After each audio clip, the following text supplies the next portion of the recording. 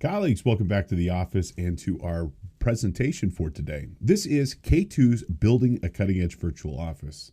My name is Steve Yosh. You're in my office for today, and we are here to learn about some of the incredible things that we could do with working remotely, with working from anywhere, from working from home, from working from you know where, and just about everywhere under the sun. We're going to learn the different tips, techniques, and tricks that we can follow to be productive and effective wherever we happen to be working and whenever we happen to be working, whether it be in the morning, the afternoon, the evening, anywhere in the world, we can be working and productive with virtual office technology. Now, in our class, we are going to be examining many different aspects of virtual office tech. The intention is that you are going to be able to leave our class today with enough knowledge and experience and hopefully insight to be able to pick some technology, to be able to pick vendors, to be able to choose the path that you want to take for yourself and for your organization. Now, for my classes, I tend to put a little bit more heavy emphasis on practical stuff in the sense that I really want you to be able to implement a majority of what we're going to talk about today. So all the tech that we're going to talk about from the hardware and software side of it, this is stuff that you can immediately choose and immediately put into your organization. Additionally, with respect to the different techniques, I try to make, and I'm trying to scope this course out so it's stuff that you could personally choose yourself.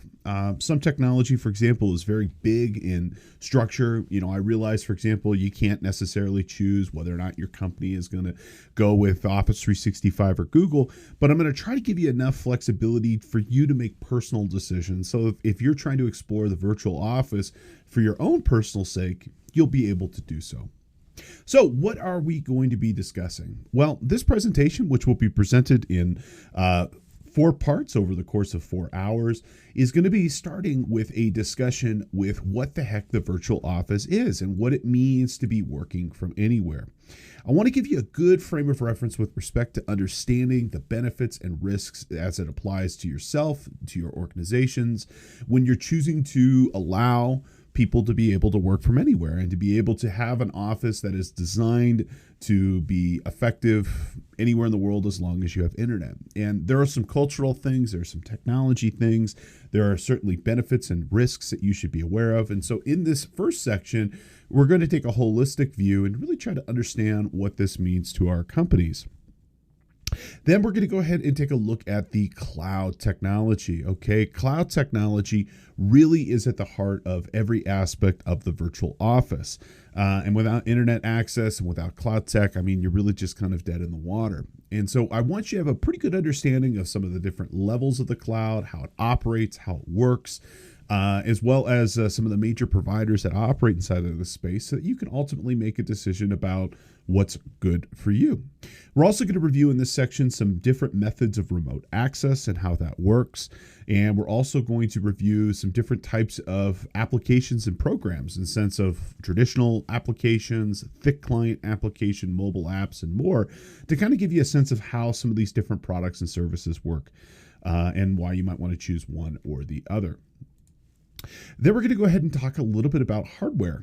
Good news is with cloud tech, both hardware and devices, I'm not going to say aren't as important, but they don't need to be as powerful in the traditional sense like they were maybe 10 years ago. The reason being is if you're harnessing the virtual office, a lot of the processing power is going to be done, you guessed it, up in that cloud.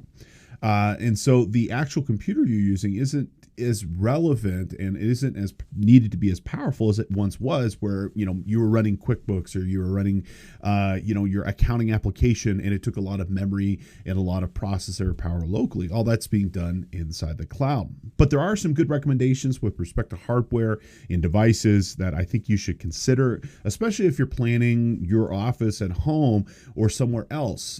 Stuff like printers and scanners, mice, keyboard, monitors, and more. And so we'll try to give you a sense of some of the major hardware categories and some of the recommendations that I have thereof.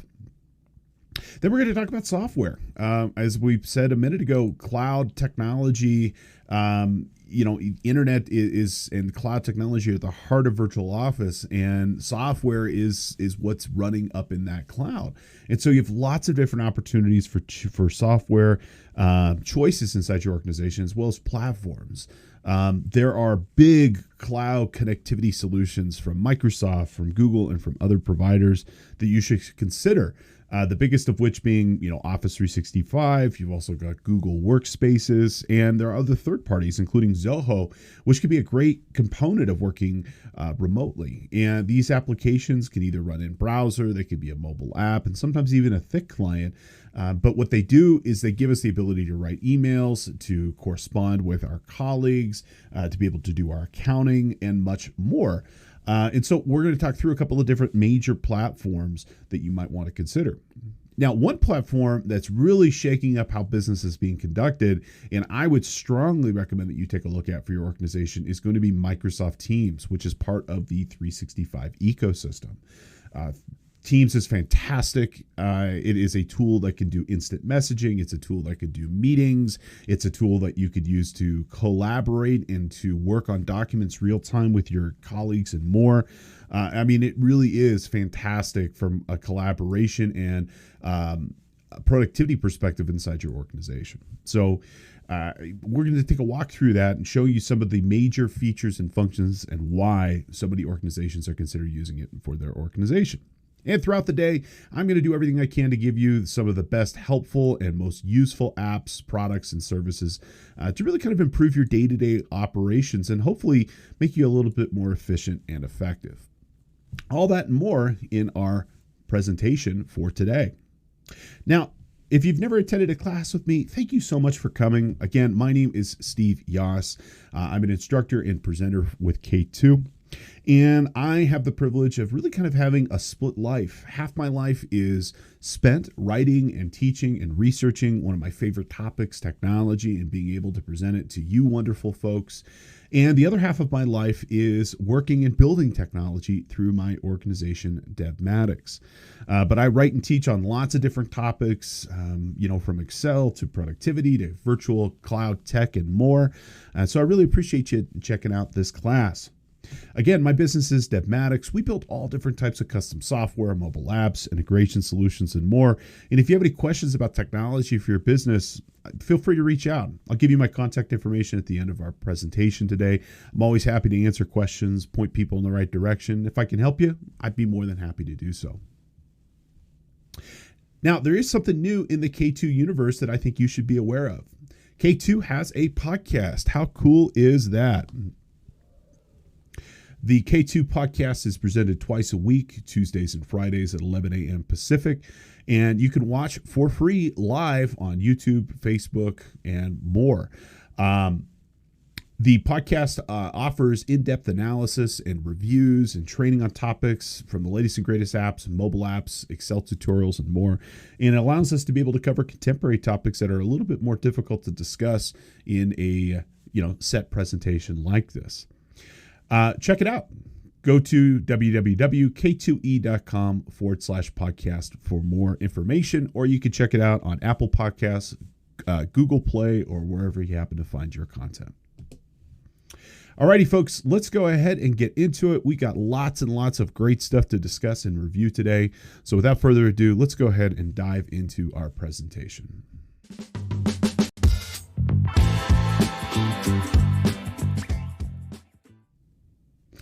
Okay, so we're going to start our presentation today with our getting started with the virtual office for your organization, with the intention of really kind of defining the objectives and goals of what it means to work remotely for your company.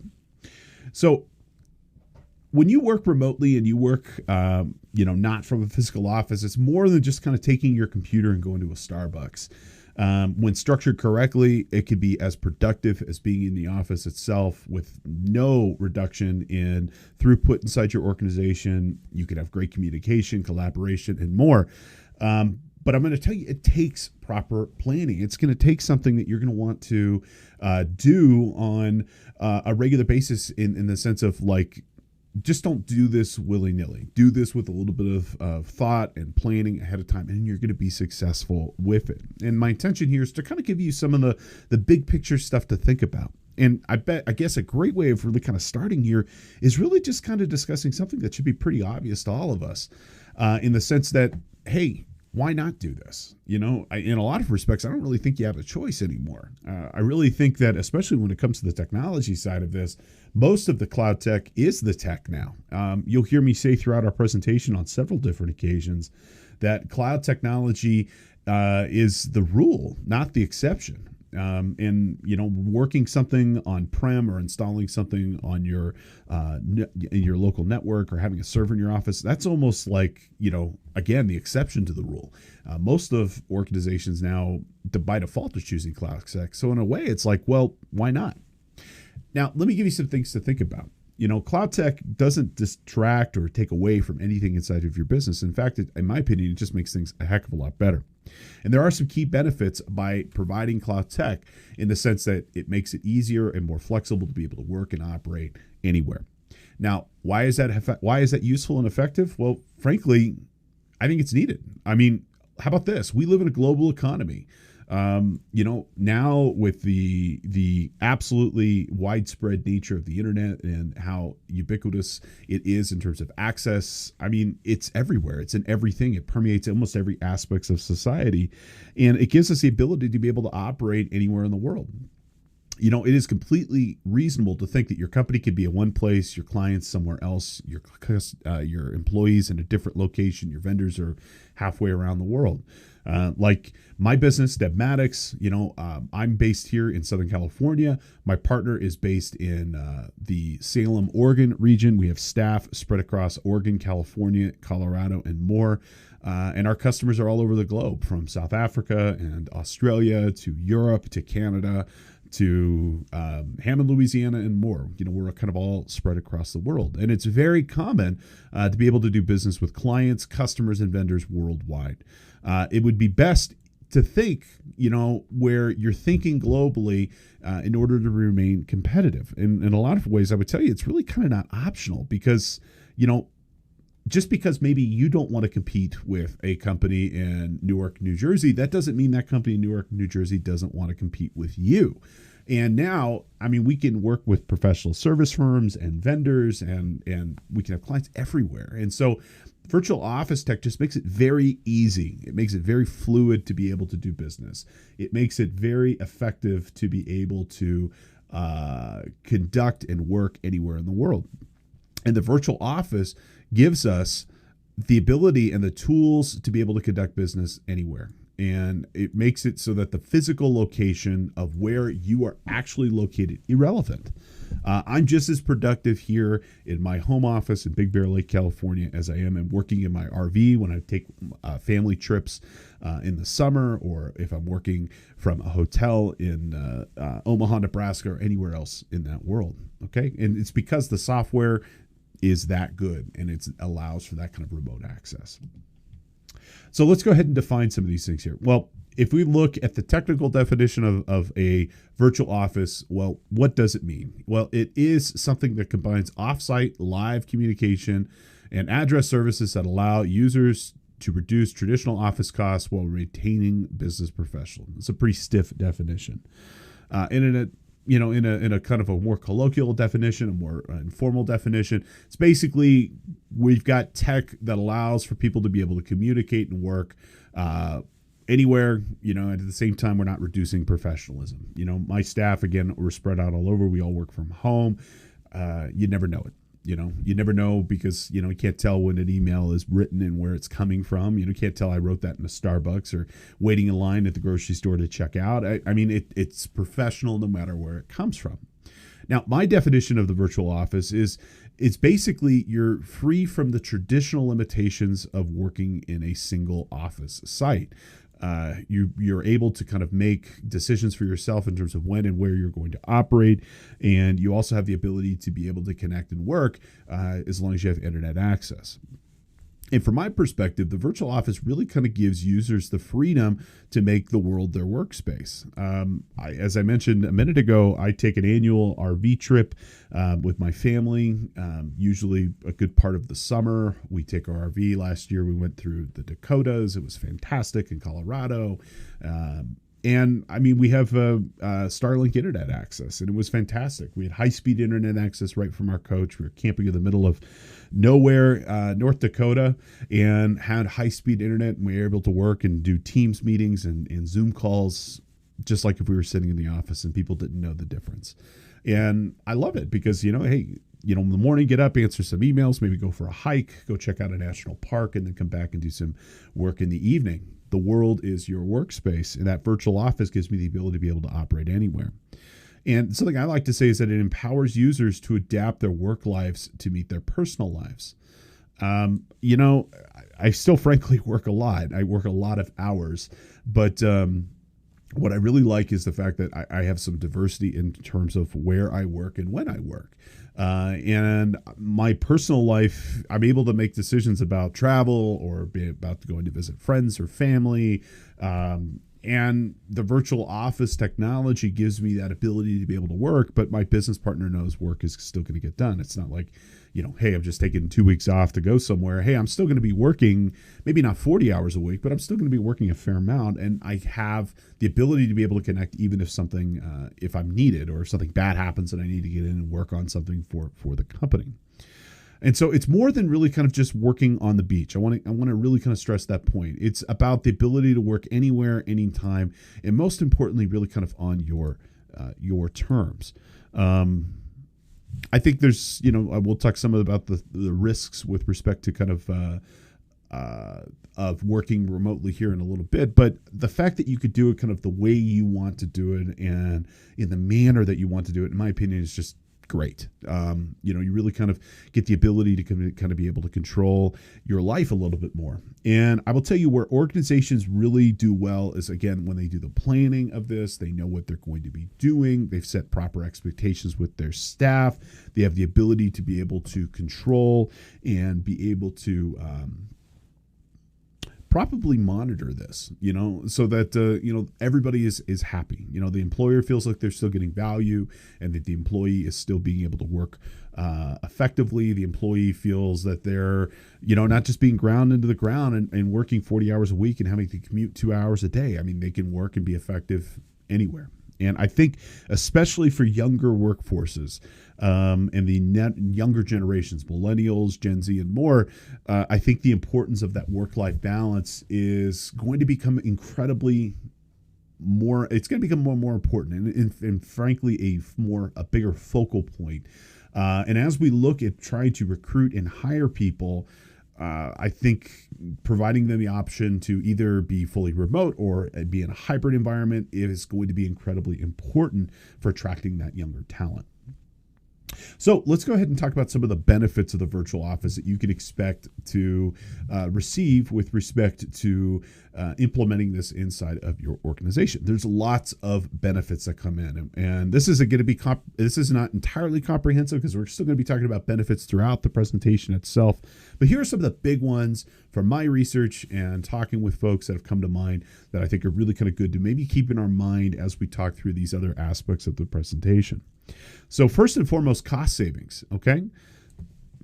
You should know that there are going to be significant cost savings for both yourself as well as the employee, okay? On average, remote workers can lower the operating costs and real estate costs of an organization by $11,000 per employee per year.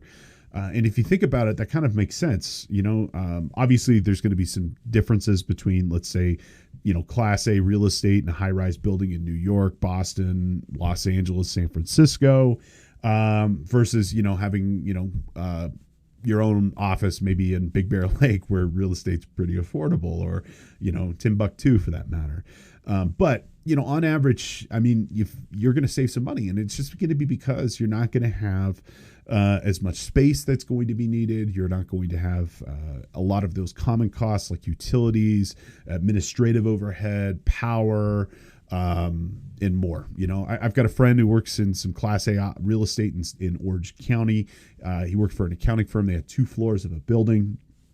And post-COVID, during COVID, everybody went home, and they found out that not only did they get all their work done, they made more money. And so the office decided to not necessarily close, but they went from 2 floors to half a floor. And most people now work at home in the hotel. In the sense that they've got a bunch of office cubes set up in the building. You reserve one for yourself if you want to go and work in the office. But the only people who are in the office full-time now are administrative staff. Even partners have the option of working from home. And the only people who got to keep an office were those who decided to stay full-time. They basically said, I'm going to work at the office 40 hours a week. But everybody else, if you're hybrid or you want to work remote, you could do so. And they had a tremendous savings. And if you think about it, all that money goes straight to the bottom line of the organization. And, they were paying, through the nose for 2 floors of a building, parking, all the fees and everything that you can go into it. So, that was a permanent cost reduction for them. And additionally, you should know that the employee should also see a pretty nice reduction as well. From my research, it came out to about $4,000 a year if they chose to be fully remote. That could be avoided by basically commuting, the fuel, the car, the maintenance and stuff like that. Let's say eating out, maybe, there's plenty of costs that you can figure out that could go into it. But if you're working from home, you're generally not driving your car and you're generally not eating out. You're probably, commuting from your bedroom down to your office or maybe the kitchen table. So cost savings of this, in my opinion, are really kind of cool. Now, generally, if we look at organizations that offer either work from home or a hybrid work environment, generally report employees having increased satisfaction with the work they do, increased work-life balance, increased retention ultimately to the organization. And I think that's really effective because, again, I think it comes back to the fact that work and life can come together on the correct terms, and it's something that makes it very simple, very easy to be able to combine together.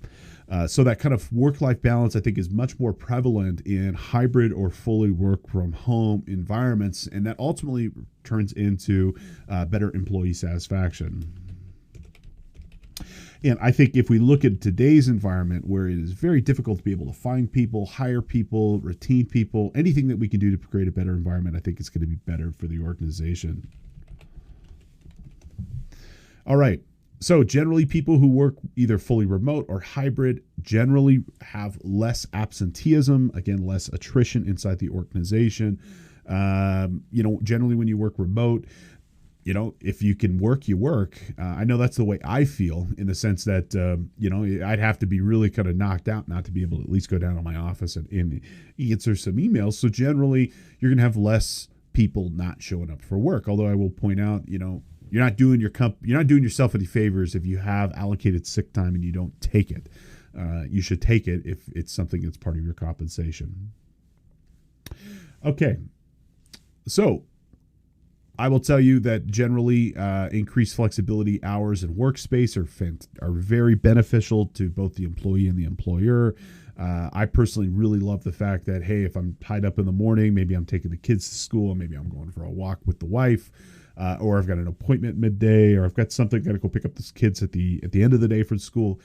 That flexibility is really beneficial to employees. And a lot of employees will actually report that they're willing to take a cut in pay or reduction in compensation in some respects, or take a position that has less compensation for that kind of flexibility. And frankly, I think that's great.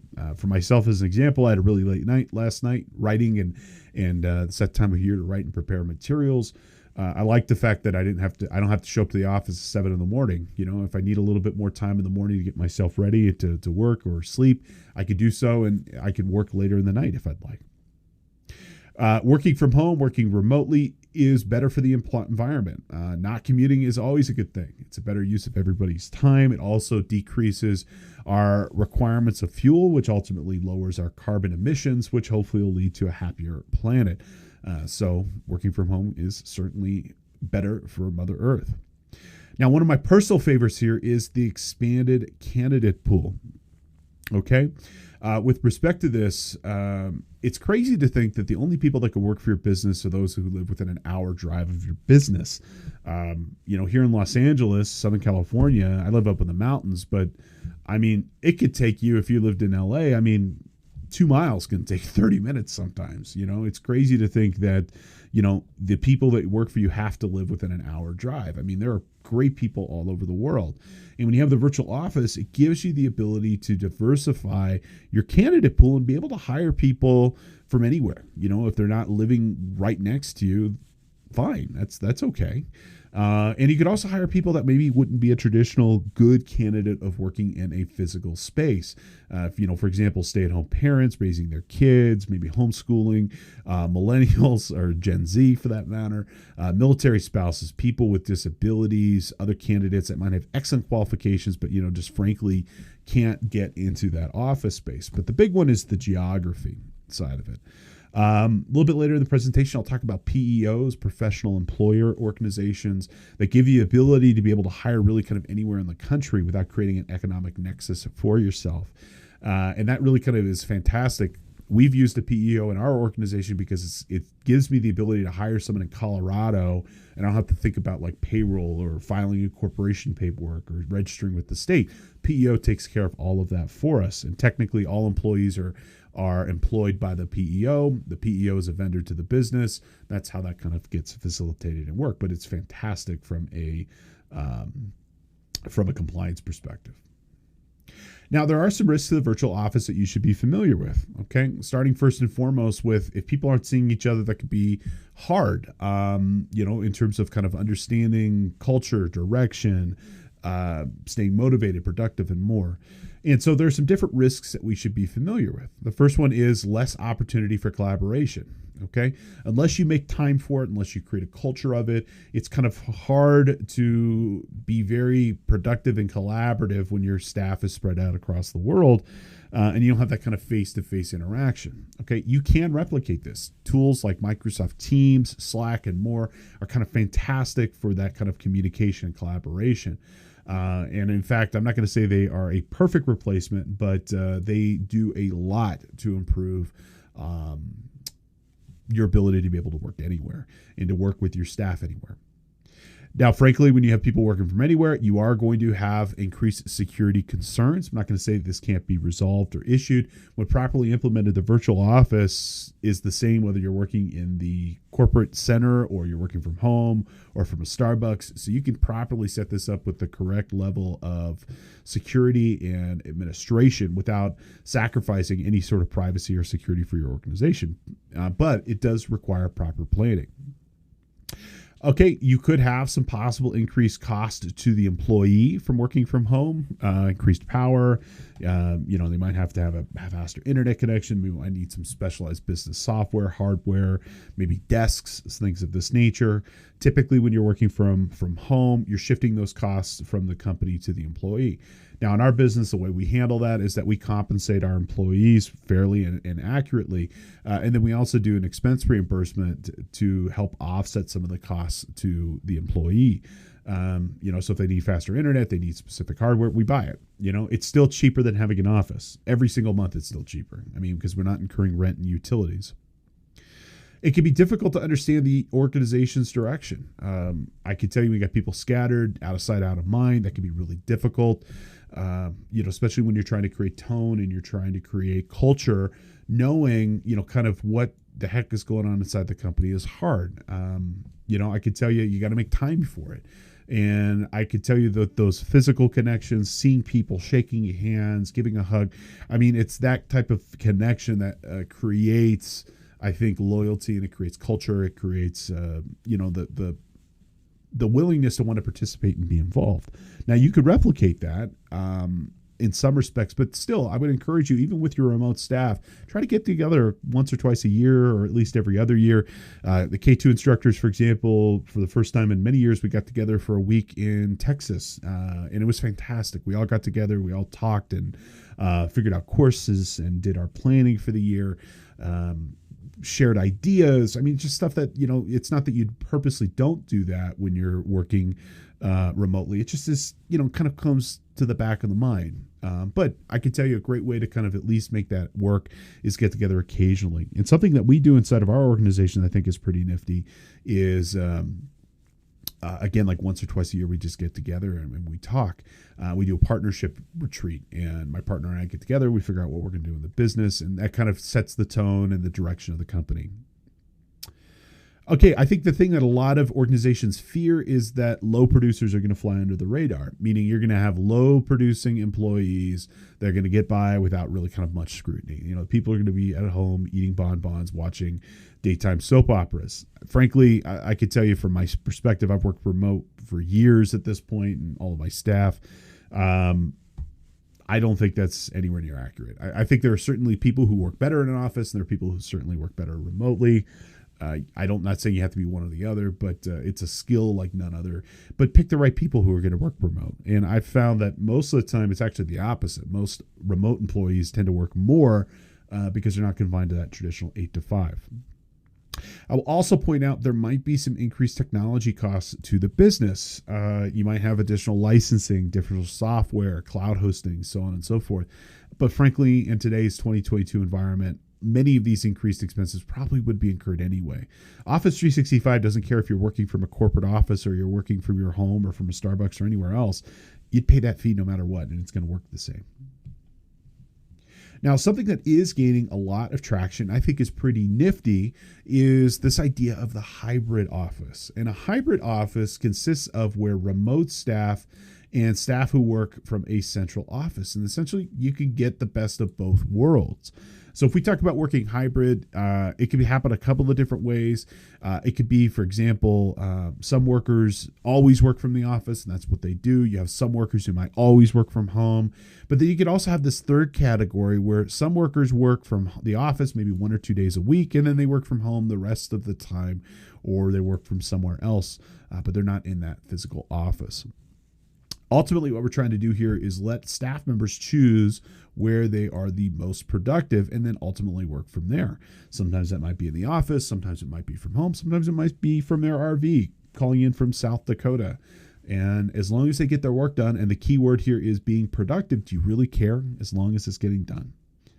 And so from my perspective, I think giving people the option is probably the overall best choice for the organization. And I think trying to strong arm people into one or the other is going to be quite difficult. All right, folks, let's go ahead and have our first review question. What is the expected cost savings per staff member per year that works remote? So what can you expect from a company's perspective here? Is it $2,000? No, it is not. Is it $4,000? Nope. Is it $20,000? Nope. The correct answer here is going to be $11,000 per year. Now, I want to talk through some of the essentials of the virtual office. There's going to be essentials both at the, let's call it platform, software level, and then there's going to be stuff also at the hardware level. We're getting into our hardware and software specific recommendations in a little bit, but let's go ahead and set the tone for some of the tech that we're going to have to think through here. Okay. So I will tell you the absolute, from my perspective, key thing for working remotely is going to be communication. Communication tools are the absolute essential for staying in touch with each other and for knowing what the heck is going on. And there's lots of good communication tools that are out there. You've got tools like Teams, Slack, Zoom, and more. There's no reason not to stay in contact. As long as you get internet, they work. Likewise, having access to our files and documents, and especially across all our devices. It's not just about having them on your computer, but then also being able to get them on your phone and tablet as well. Our companies need to employ good security practices to keep information private and secure. That is not optional. And good news is, again, you'd be doing this anyway, and it's something that is effective in both the office as well as working from home. Security is uniformly applied across everywhere where people work. You're going to need some different cloud services, different applications. Some of the traditional legacy stuff, thankfully, is most of the way out in 2022. I mean, most of that stuff is gone the way of the dodo bird, of the old way of doing things, but you might need some different tools and services to really kind of make this shine. And certainly those collaboration tools are going to be really effective. We're going to talk through many of those products and services as we work through our presentation. Now, for yourself, this is the stuff I think you physically need to carry with you, like your gear, basically, either on the road or working from home. I would tell you this is the stuff that's really going to make or break your experience. And so starting first and foremost, dedicated private workspaces. Okay. Now, I will tell you, this is definitely a luxury. Both my wife and I work from home. We both have an office. It's a luxury to have an office and be able to work. I recognize, especially, people with young families or kids, you might not have a spare bedroom to be able to turn it into an office. We'll talk about maybe a way of mitigating that here in a minute, but if you could have a private workspace, even if it's a closet, the garage, or something with good seating, I mean, it's going to make or break your experience, especially if you could be somewhere where you're not going to be interrupted constantly. You're going to need a lightweight but powerful laptop, especially if you're going to be working remote. I've got some specific recommendations in a little bit, but a nice computer is essential. Okay, you're certainly going to need internet access. Internet access is at the core of the virtual office. If you don't have internet access, nothing will work correctly. We'll talk about some different options for internet access, but whenever possible, fiber is the best, then cable. And just make sure it's a good provider and ideally have good equipment. Because, I mean, you just cannot be working in an environment where your internet access is dropping multiple times a day. It'll be miserable. It's certainly a smartphone, one that can be used as a hotspot. It's always appreciated. I've got an iPhone 13 here, but you could have Android or anything. But really, I mean, ultimately your choices are Google or Android. The good news is both of these can be used as a hotspot. I could turn this into a Wi-Fi hotspot, attach my laptop, so if my internet goes out, I can be working immediately. You want a good office chair, a good keyboard and mouse. I got a nice chair here. I feel comfortable. I've got a full-size mouse, a full-size keyboard. I'm not, uncomfortable with respect to what I am doing, and it allows me to focus on the work and the tasks at hand. Certainly displays. Okay, we'll talk about some specific monitor recommendations in a little bit. 2 monitors makes all the difference in the world. Personally, for myself, the more the merrier.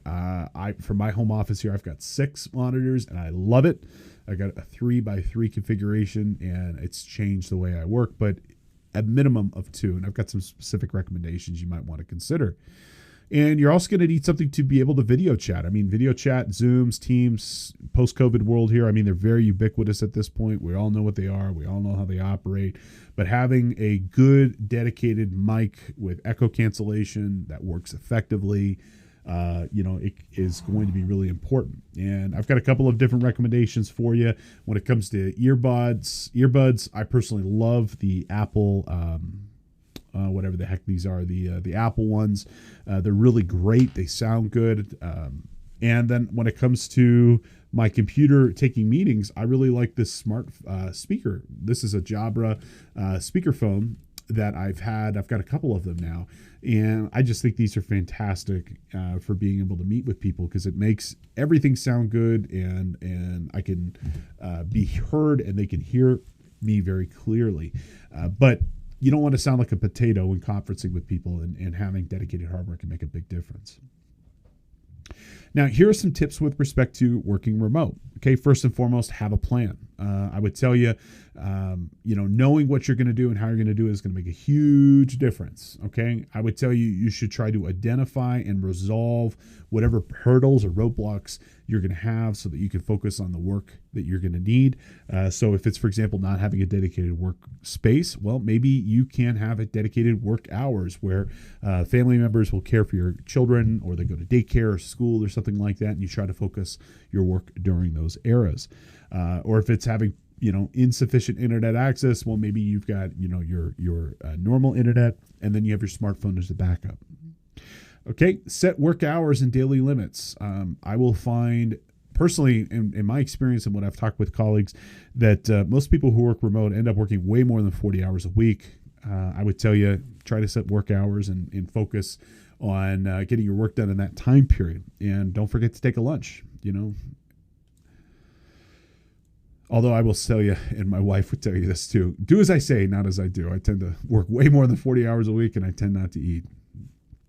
Okay, do regularly communicate with your colleagues and clients on the status of projects and deliverables. I can't undersell this, how important communication with your staff and colleagues are.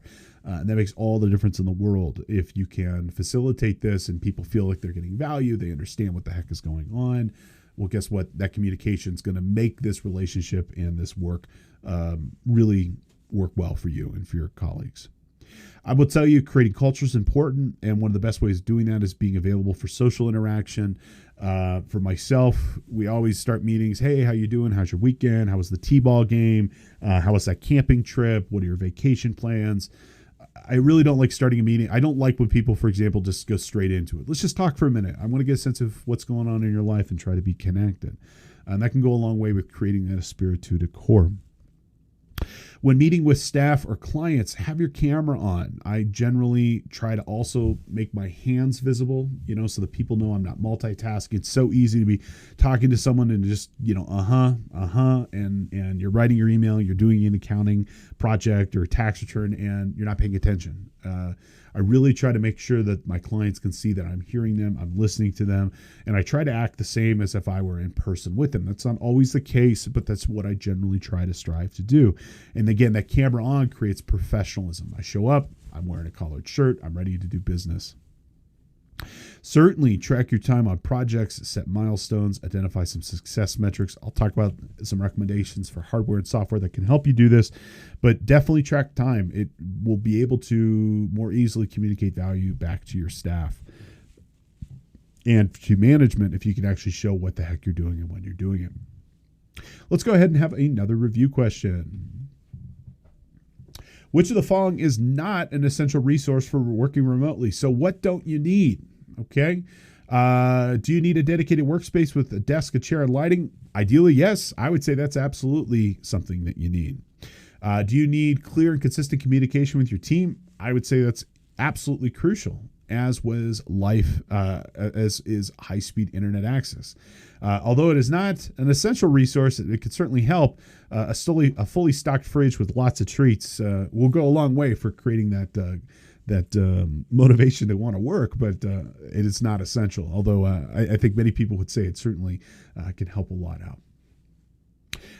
Alrighty, folks, let's go ahead and go into our next section here, which is going to be cloud computing and remote access. Now, in this section, I've got a couple of different things that we're going to talk through here today.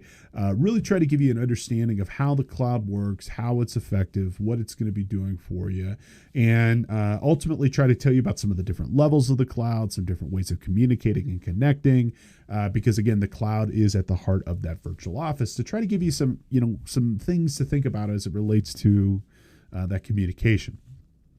So the first thing I want you to know is that the cloud is not a single monolithic thing. It's lots of different things and lots of different manners and methods and platforms and providers and vendors and more, all coming together. And everybody looks a little bit different. The way it works in my business is going to be different than the way it works in your business, and vice versa. However, there are some stratified levels of the cloud that we should be familiar with. Okay. Now, what you see here in this chart and table is a listing of the different major levels of the cloud. And the stuff that's in blue is the stuff that the company would traditionally be responsible for. And the stuff in gray is the stuff that the vendor or cloud provider would traditionally be responsible for.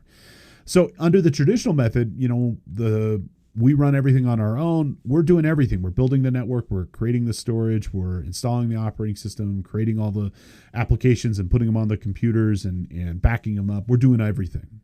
But there are 3 levels of the cloud. And as we go to different levels of the cloud, the company, we become responsible for less and less.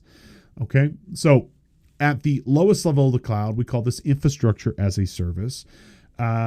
The biggest difference here is that all the physical hardware, the physical stuff, the actual computer themselves, the power, the cooling, the internet access, the vendor is now responsible for all of those. They take care of it. The client is responsible for all of the logical stuff. So the operating system, the software, the data, the backup, so on and so forth. Providers like Amazon Web Services or Microsoft Azure and more. Well, those companies are going to be the companies that are ultimately going to be deciding, where the data centers are and how they operate. Okay, the next level up is what we call platform as a service, and we become responsible for even less here.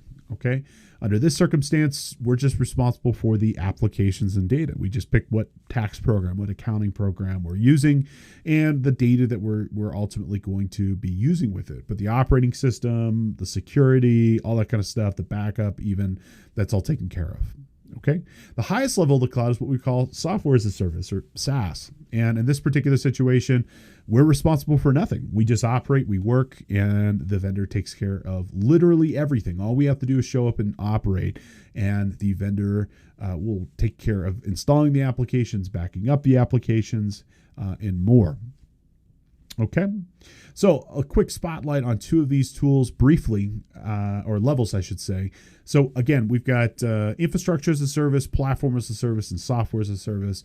But really, I would say for most of you, you're either going to be operating at the infrastructure level or the software as a service level.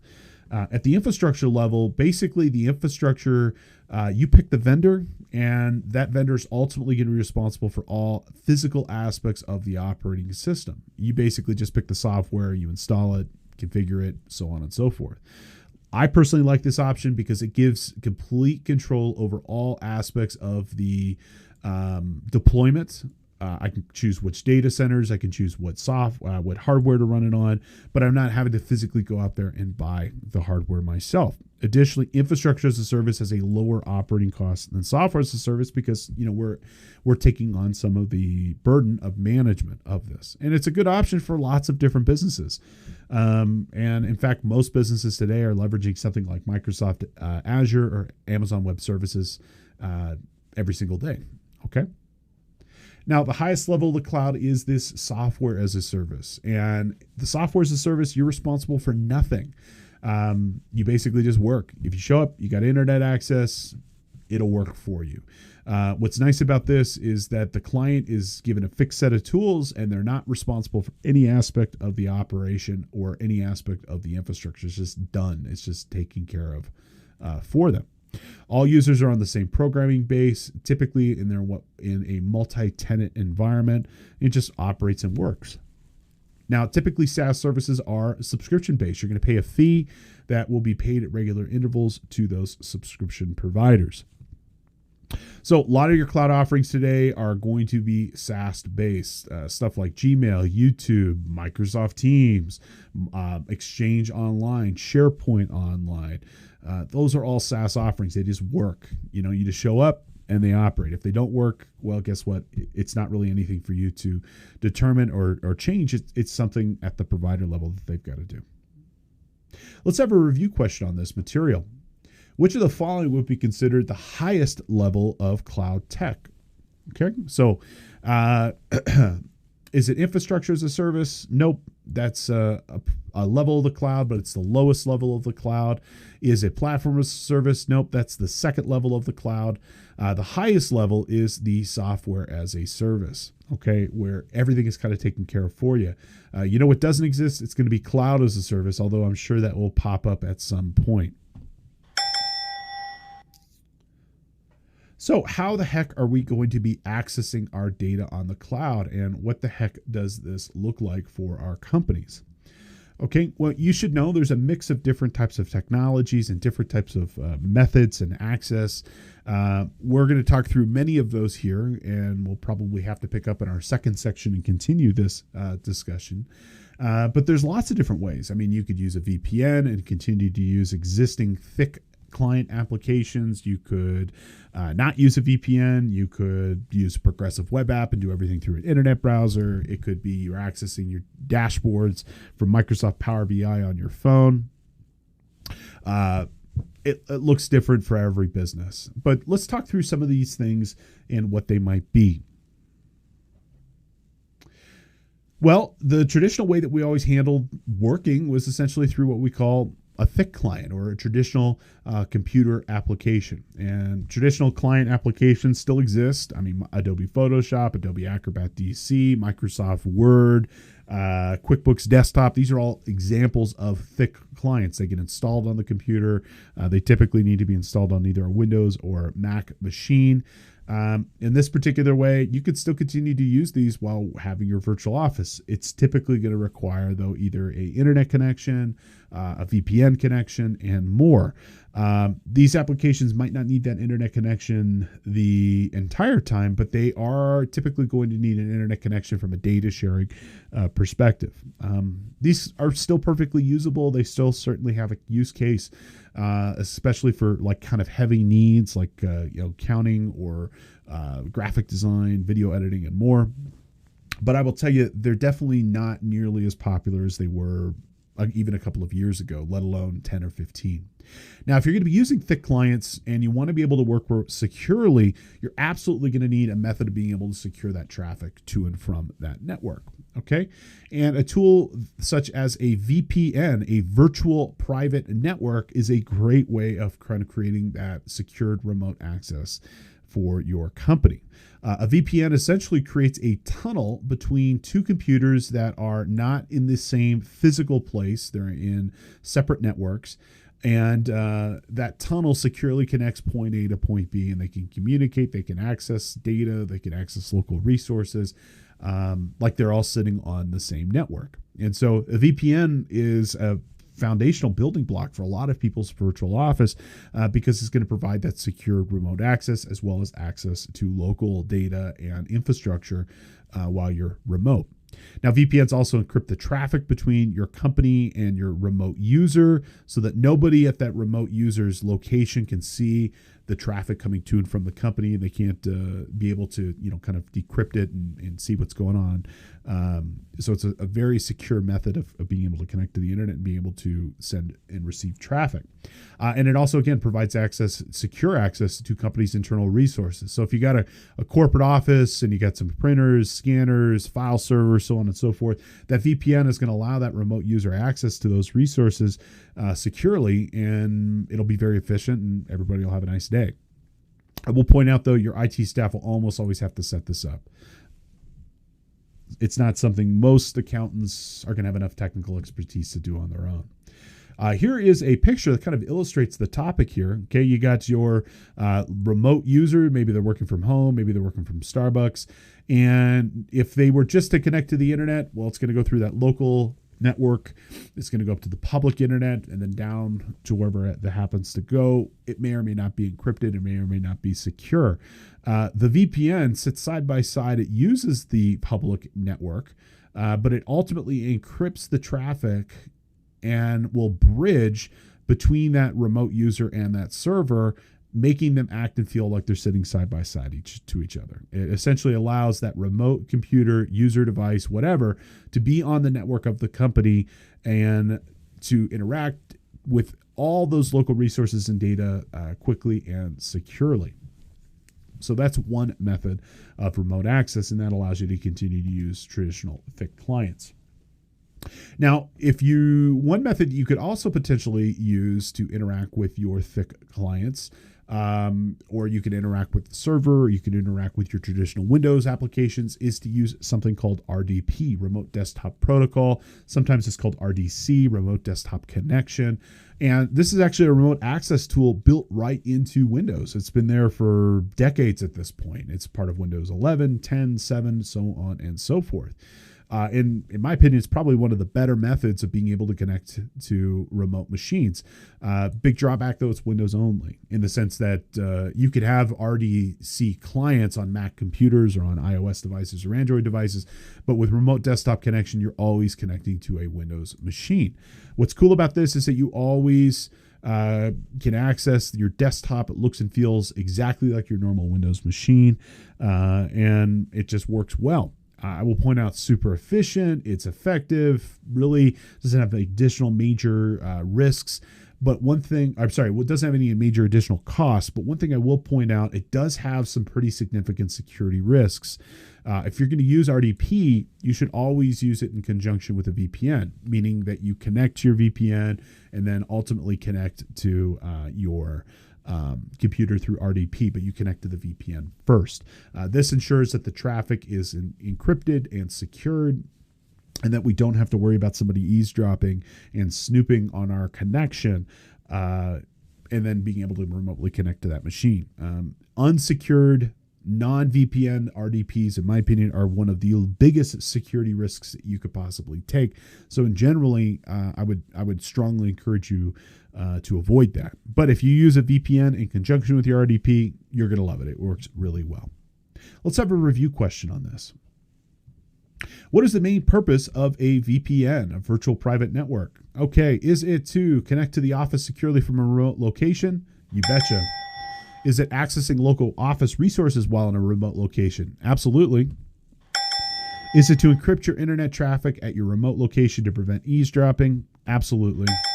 The correct answer here is all of the above. Okay. Now, with respect to this, I will point out there are a couple of alternatives to RDP that you should be familiar with that work as good or better. They're just a little bit different. Two applications that I really recommend. One is called TeamViewer. The other one is called revolutionize. And these basically allow you to be able to access your remote machine anywhere in the world securely without having to mess and set up with a VPN. And in a nutshell, you connect to TeamViewer. TeamViewer connects to your computer, but they take care of all the security and configuration for you. And it allows you to be able to work from the road, the office, or mobile device. And I'm bringing this up because it's really turnkey. It's simple. It's easy. And in fact, it's free for personal use and pretty inexpensive when it comes to institutional use. So if you're looking for a way to be able to access your remote computer, your office computer remotely from home or from the road, check out TeamViewer. Another competitor product that I actually prefer a little bit more is revolutionize. The reason I like revolutionize a little bit more than TeamViewer is mostly just because it supports a wider range of devices, including things such as Linux devices, Unix devices, and more. Pretty much everything runs and will work with revolutionize. And it's also free. It's free for 5 devices per account. So it makes it a great solution for small businesses, personal use. I use it for everything from connecting to my parents' computers to help them figure out issues to my work computer when I'm abroad. So overall, pretty cool tool and solution. All right, folks, we're going to go ahead and take our first break of the day here. And when we pick back up, we are going to go ahead and discuss VDI, virtual desktop interfaces. And we're going to continue our discussion about how we can use VDI to interact with our traditional apps and services and more. We're also going to talk through progressive web apps, smartphones, website services, and more. And I'll give you some recommendations on cloud providers you might want to think through. Then we're going to go ahead and talk through some hardware that we might want to consider for our virtual office, including specific computers, displays, some general recommendations on services you might want to consider. Then we'll have a discussion on Office 365, Google Workspaces, Teams, and more. Stay with me. Lots more great services and products and advice coming your way. Thank you so much for being here, and I'll see you after our break.